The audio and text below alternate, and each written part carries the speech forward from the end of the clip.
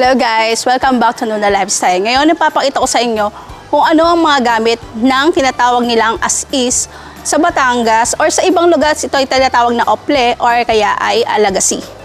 Let's go!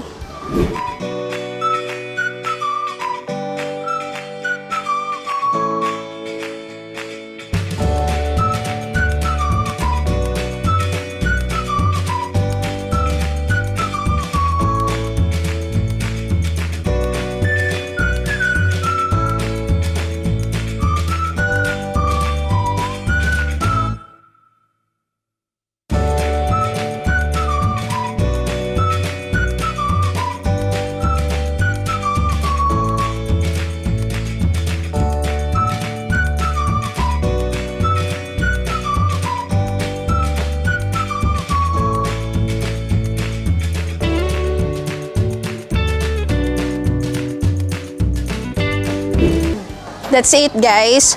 For more videos and ideas, please follow Nuna Lifestyle. Thank you for watching.